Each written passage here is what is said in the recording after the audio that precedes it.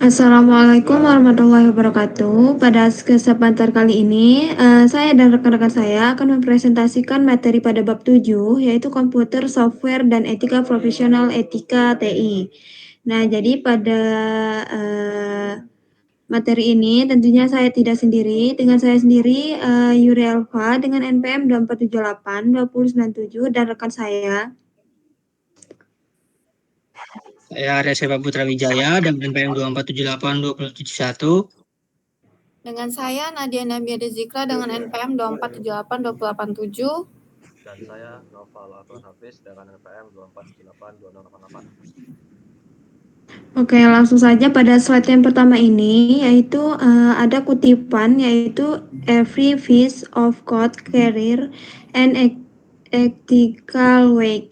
Nah, jadi pada buku bab 7 pada Ethics in Information Technology itu menjelaskan bahwa pengembangan software itu bukan hanya kegiatan teknis. Nah, tetapi juga menjadi tindakan moral dan profesional. Jadi setiap baris yang dibuat oleh seseorang programmer itu memiliki beban etika, yaitu ethical weight. Nah, itu artinya sebuah keputusan teknis dalam menulis program itu bisa berdampak langsung pada keselamatan, keadilan, privasi, dan kesejahteraan manusia. Nah, jadi pada buku etis in Information Technology juga membuka pembahasan dengan kutipan dari Andy Han and Dave Thomas yang mengatakan any process that tries to reduce software development to a no-brainer will eventually produce just that product developed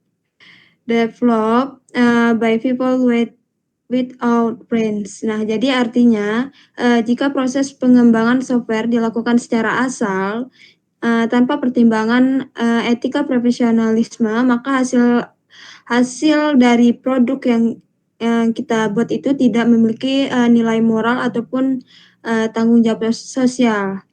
Nah, di sini juga yang pertama, di sini ada software adalah hasil keputusan manusia. Nah, jadi setiap algoritma itu mencerminkan bahwa nilai-nilai prioritas penciptanya. Jadi, karena itu pengembangnya harus sadar bahwa kode mereka itu mempengaruhi kehidupan orang lain. Nah, selanjutnya juga ada etika profesional dalam TI, yaitu dia akan menjaga keandalan, keamanan, dan kejujuran setiap tahap bekerja. Nah, selanjutnya ke slide yang kedua.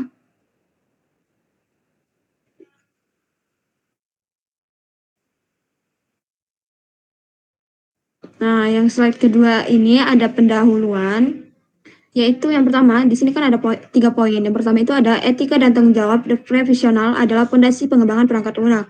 Lalu yang kedua, kode bukan hanyalah logika, tapi juga mayoritas. Nah, yang ketiga, relevansi Indonesia, yaitu kasus Peduli Lindungi dan Pertamina. Nah, jadi dalam buku Ethics in Information Technology itu bahwa Reynolds itu menekankan bahwa sebuah etika dan tanggung jawab profesional itu sebagai fondasi utama dalam mengembangkan perangkat lunak. Nah, selanjutnya juga bahwa software itu bukan hanya sekumpulan perintah logika, tetapi hasil keputusan moral manusia yang menentukan bagaimana sistem itu bekerja, siapa yang akan diuntungkan, dan siapa yang akan dirugikan. Nah, jadi etika dalam software development ini menuntut agar si pengembang itu dapat menjaga kualitas dan keselamatan pengguna, lalu menghindari kerugian ataupun bahaya yang dapat terjadi akibat cacatnya sebuah software. Lalu yang ketiga juga, dia akan menyeimbangkan antara kebutuhan bisnis dengan tanggung jawab publik. Nah, contohnya itu seperti track 25 Reduction Machine pada tahun 1985 sampai 1987. yaitu sebuah kasus kesalahan kode yang menyebabkan pasien menerima dosis radiasi berlipat ganda. Jadi pada kasus itu menewaskan 6 orang. Lalu contoh yang kedua yaitu Nike Capital, yaitu tahun 2012, kesalahan yang kecil dalam pembaruan kode yaitu menyebabkan kerugian sebesar 440 juta $, dalam waktu kurang dari 1 jam saja. Nah, contoh yang ketiga yaitu Facebook IPO pada tahun 2012, yaitu gangguan software di bursa Nasdaq menunda perdagangan dan menyebabkan kerugian bagi banyaknya investor.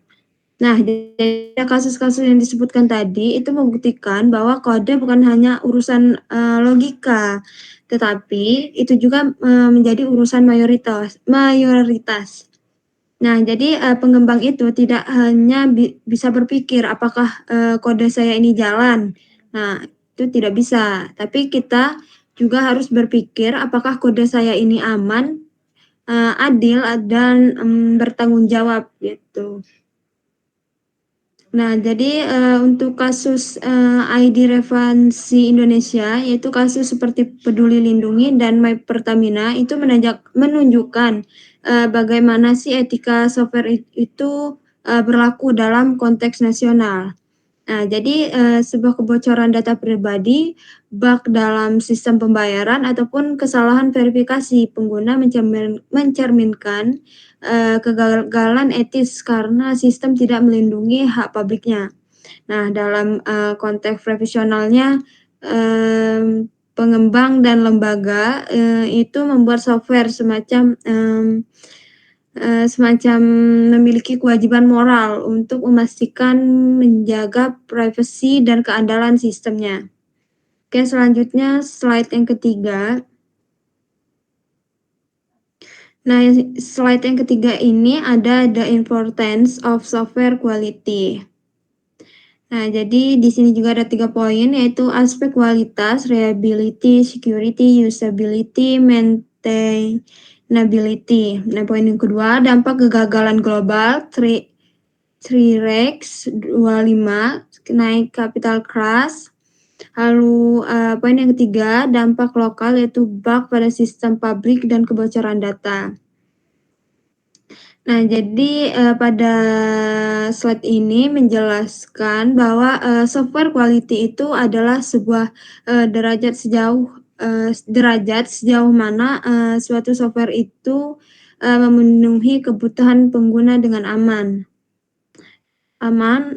efektif, dan efisien. Jadi software itu berkualitas tinggi dengan sistem yang mudah digunakan, aman dari serangan dan kebocoran, dapat diandalkan, dan mudah dirawat dan diperbarui.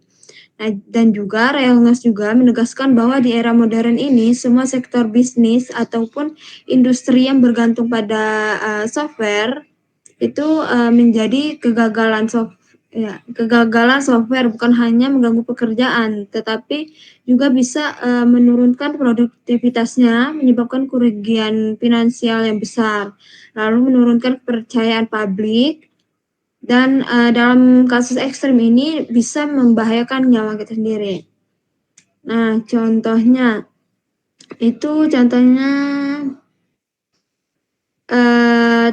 T-Reg 25, yaitu software bug yang menyebabkan over-radiation pada pasien. Lalu Nike Capital, yaitu kesalahan logika trading otomatis, yaitu menyebabkan kerugian ratusan juta $, dalam waktu 45 menit. Lalu KV Vault pada tahun 2013, itu yaitu software bug, yaitu dia mematikan mesin mobil saat berjalan. Oke, jadi dari semua kasus tadi kita dapat lihat bahwa pengujian kualitas itu bukan sekedar hanya prosedur teknis, tetapi tanggung jawab moral. Oke, dalam konteks Indonesia, misalnya dalam konteks Indonesia kita dapat lihat ataupun sering kita lihat bug ataupun error pada aplikasi publik seperti My Pertamina ataupun layanan eKTP yang membuat masyarakat itu kesulitan. Nah, ini menunjukkan bahwa pentingnya standar kualitas software nasional dan tanggung jawab profesional lembaga pembuatnya. Jadi, sebuah kualitas software itu yang rendah bukan hanyalah menandakan kurangnya kemampuan teknis, tetapi itu juga menjadi komitmen etis terhadap publik. Oke, selanjutnya akan dilanjutkan oleh rekan saya. Oke, lanjut ke slide berikutnya. Nah, ini adalah slide keempat ya, yaitu software product liability. Nah, di sini ada konsep utama strict liability,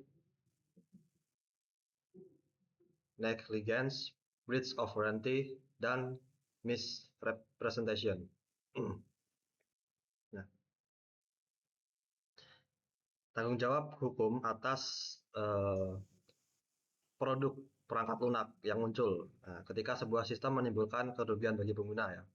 Dalam hukum internasional dan nasional terdapat 4 hukum dasar, yaitu yang tadi saya sebutkan itu ada strict liability, ya ini pengembang yang bertanggung jawab atas kerugian tanpa perlu membuktikan niat ya.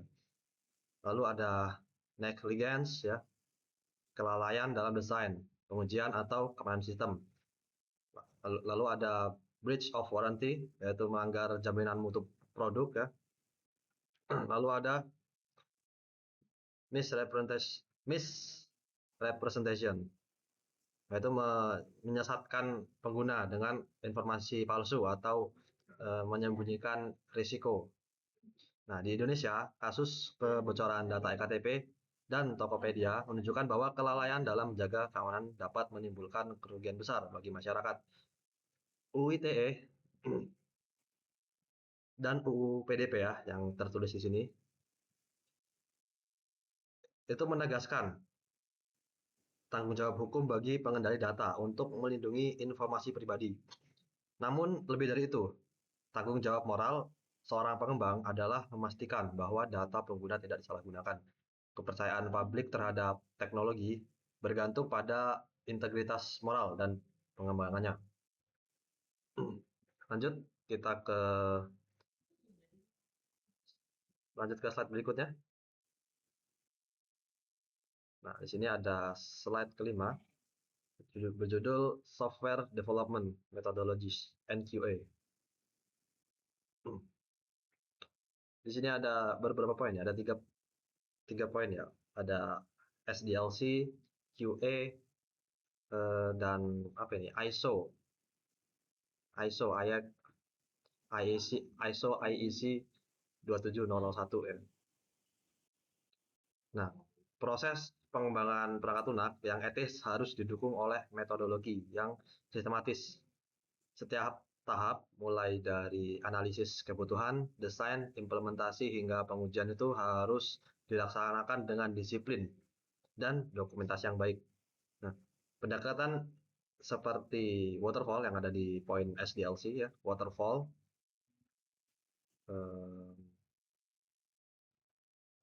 agile, dan DevOps memiliki karakteristik yang berbeda ya.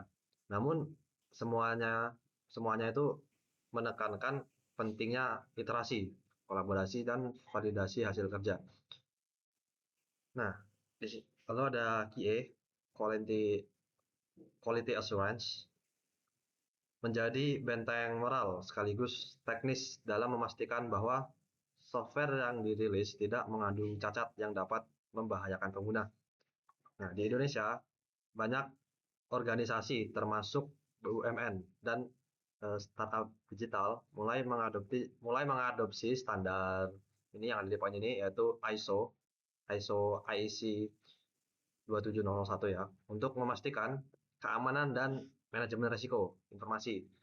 QA itu bukan sekedar formalitas administratif ya, tetapi manifestasi nyata dari tanggung jawab profesional untuk melindungi pengguna dari kesalahan yang bisa dicegah. Lanjut ke slide ke-6 selanjutnya. Nah, di sini ada slide 6 yang judulnya Capability Maturity Model Integration, disingkat CMMI. Nah, CMMI itu membantu organisasi mengukur tingkat kematangan proses pengembangan software mereka gitu. Nah, organisasi dengan level yang di bawah yang rendah lah ya, biasanya masih bekerja secara ADHOC ya. Tanpa dokumentasi yang jelas dan rentan terhadap kesalahan yang berulang.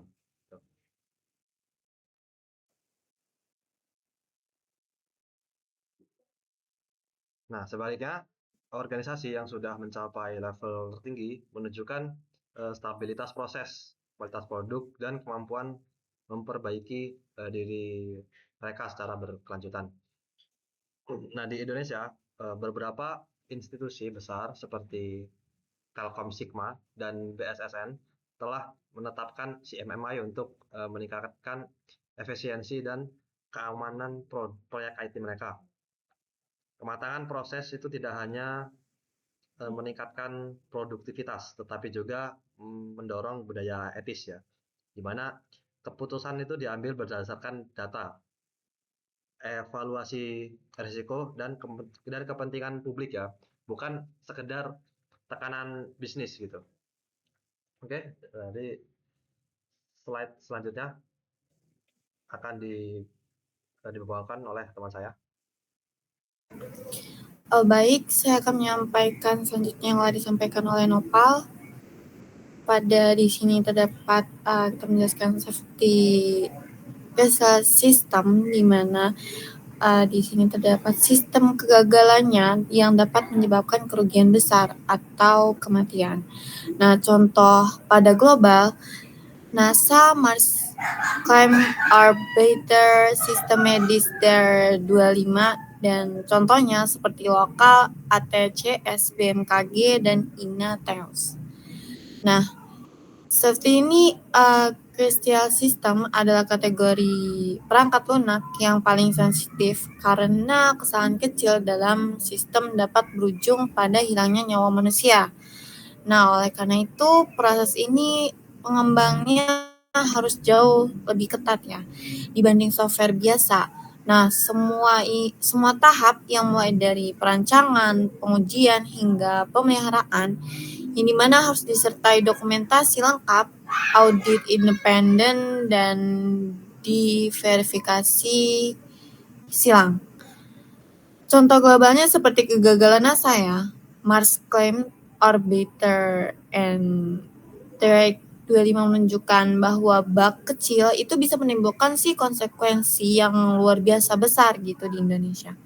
Nah, sistem seperti ATCS dan INATEOS yang berfungsi sebagai pelindung keselamatan publik sehingga keselamatan sekecil apapun dalam algoritma atau sensor dapat berakibat fatal. Nah, etika profesional ini seharusnya pengembang untuk menolak tekanan waktu dan biaya yang dapat mengurangi kualitas pengujian. Next. Pada di sini quality standard ISO 9101 ya, FMEA. Nah, ISO ini terdapat fokus pada pelanggan, proses, dan peningkatan berkelanjut, dan di mana VMA ini failure model and effect analysis. Nah, analisis resiko kegagalan sejak tahap desain. Di mana contoh penerapan ini terdapat sistem akademik kampus, perbankan digital, government. Nah, pada ISO 91 ini dan FMEA adalah dua pendekatan penting untuk menjamin kualitas dan keandalan di sistem. Nah, ISO ini membantu organisasi untuk membangun sistem manajemen mutu yang berfokus pada kebutuhan pelanggan. dan perbaikan berkelanjut, dan sementara VMA ini digunakan untuk mengidentifikasi potensi kegagalan di tahap awal sebelum sistem dijalankan. Nah, di sektor ini terdapat pendidikan dan keuangan di Indonesia. Kedua standar ini mulai diadopsi untuk memastikan sistem berjalan sesuai harapan.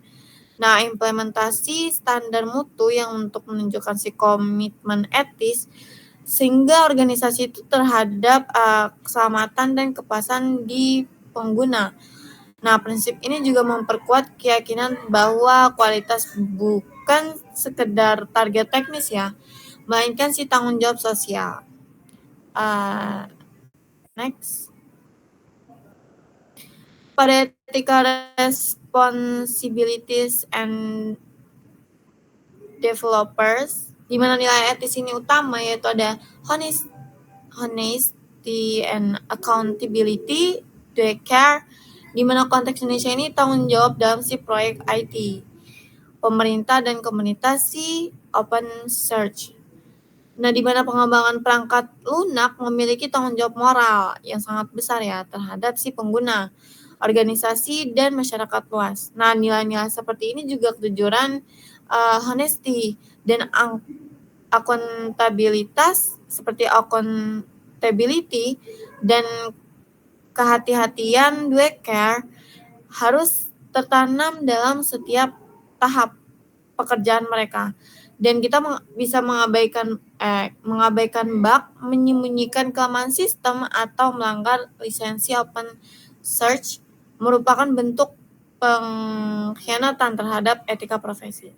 Nah, dalam proyek ini pemerintah misalnya penyalahgunaan akses atau manipulasi data bisa mengakibatkan kerugian besar bagi publik. Sementara di komunitas open search ini, pelanggaran lisensi dapat merusak kolaborasi dan inovasi, dan oleh karena itu menjadi pengembang ya yang etis berarti menjunjung integritas dalam setiap keputusan, bahkan ketika tidak ada mengawasi.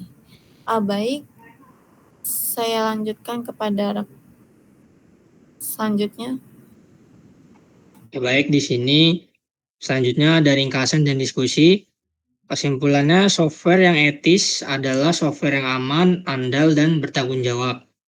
Di sini ada 3 pertanyaan.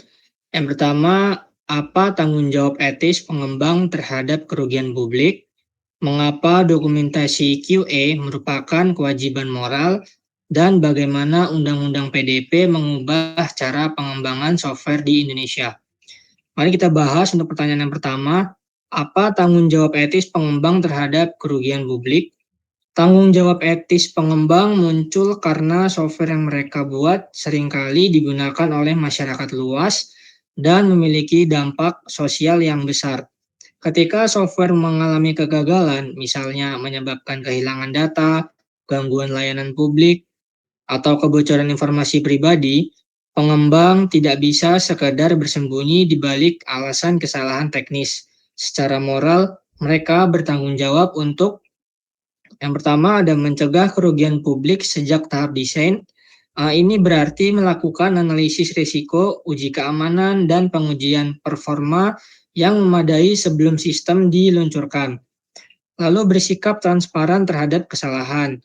Jika ditemukan bug yang berpotensi membahayakan, pengembang wajib melaporkannya dan memperbaikinya sesegera mungkin. Selanjutnya, menempatkan kepentingan publik di atas kepentingan bisnis. Etika profesi menuntut agar keselamatan, keamanan, dan privasi pengguna lebih diutamakan dibanding target waktu rilis ataupun keuntungan finansial. Dengan demikian, tanggung jawab etis pengembang bukan hanya menyelesaikan kode dengan benar, tetapi memastikan bahwa kode tersebut tidak menimbulkan dampak negatif bagi masyarakat. Pertanyaan kedua, mengapa dokumentasi QA merupakan kewajiban moral? Dokumentasi Quality Assurance atau QA bukan sekedar kegiatan administratif, tetapi merupakan bukti akuntabilitas seorang profesional. Secara moral, dokumentasi QA berfungsi sebagai jejak integrasi teknis. Melalui dokumentasi, setiap langkah pengujian, hasil uji, dan tindak lanjutnya dapat ditelusuri. Ini memastikan bahwa produk tidak dilepas ke publik secara sembarangan. Lalu perlindungan bagi pengguna dan organisasi. Jika suatu hari terjadi kegagalan, dokumentasi QA membantu menelusuri penyebabnya dengan cepat dan mencegah kerugian lebih lanjut. Lalu cerminan tanggung jawab profesional. Seorang pengembang yang tidak mendokumentasikan proses QA berarti bekerja tanpa bukti kehati-hatian. Ini bisa dianggap sebagai bentuk kelalaian etis. Dengan kata lain, dokumentasi QA adalah komitmen moral untuk transparansi dan tanggung jawab. Ia menunjukkan bahwa pengembang menghormati pengguna dengan memastikan produk diuji secara layak dan juga sistematis. Untuk pertanyaan ketiga, bagaimana Undang-Undang PDP mengubah cara pengembangan software di Indonesia? Undang-Undang Perlindungan Data Pribadi Nomor 27 Tahun 2022 membawa perubahan besar terhadap cara perusahaan dan pengembang merancang serta mengelola sistem informasi. Sebelum Undang-Undang PDP, banyak aplikasi di Indonesia mengumpulkan data tanpa memperhatikan prinsip privasi. Kini Undang-Undang PDP menegaskan bahwa data pribadi adalah hak fundamental warga negara. Akibatnya, pengembang harus menerapkan prinsip privacy by design. Perlindungan data harus dimasukkan sejak tahap perancangan, bukan hanya ditambahkan di akhir. Menjaga keamanan data secara berkelanjutan, termasuk enkripsi, kontrol akses, audit sistem, dan kebijakan penyimpanan yang terbatas. Lalu memberi hak kontrol kepada pengguna. Pengguna berhak mengetahui, memperbarui, atau menghapus data pribadinya. Lalu meningkatkan kesadaran etis dalam tim pengembang. Undang-Undang PDP mendorong pengembang untuk memandang data bukan sebagai komoditas, tetapi sebagai amanah yang harus dijaga. Dengan hadirnya Undang-Undang PDP, paradigma pengembangan software di Indonesia bergeser dari sekadar fungsi dan efisiensi menuju keamanan dan kepercayaan. Etika kini bukan tambahan, melainkan fondasi wajib dalam setiap proyek teknologi. Slide ini menegaskan bahwa pengembang perangkat lunak harus memandang etika sebagai bagian integral dari proses teknis. Keputusan untuk mempercepat rilis, menunda pengujian, atau mengabaikan pelaporan bug adalah keputusan moral yang dapat berdampak sosial. Oleh karena itu, mahasiswa perlu dilatih untuk berpikir kritis dan menimbang konsekuensi etis sebelum menulis satu baris kode pun. Diskusi ini diharapkan mendorong kesadaran bahwa etika adalah dasar dari kepercayaan digital. Lalu, untuk slide terakhir ada penutup. Teknologi boleh canggih, tapi tanpa etika ia menjadi bumerang. Kesimpulannya, pengembangan perangkat lunak bukan sekadar upaya menciptakan produk digital, tetapi juga tindakan moral yang memengaruhi kehidupan banyak orang. Pengembang harus menyadari bahwa keputusan yang mereka ambil hari ini akan membentuk masa depan masyarakat digital. Etika profesional berfungsi sebagai kompas yang menuntun kita agar teknologi digunakan untuk kebaikan, bukan untuk kehancuran. Pengembang juga harus menyadari bahwa bagi mahasiswa vokasi, pemahaman ini menjadi landasan penting untuk menghadapi dunia kerja. Di masa depan, mereka akan dihadapkan pada dilema antara efisiensi dan juga tanggung jawab, antara keuntungan bisnis dan keamanan pengguna. Saat itulah etika akan menjadi pembeda antara pengembang biasa dan profesional sejati yang berintegritas. Selanjutnya akan ditutup oleh rekan saya. Oke, jadi sekian presentasi dari kami. Jadi terima kasih atas perhatian dan waktunya. Semoga apa yang kami sampaikan bisa dipahami dengan baik dan bermanfaat. Jadi saya akhiri saja. Wassalamualaikum warahmatullahi wabarakatuh. Waalaikumsalam warahmatullahi wabarakatuh.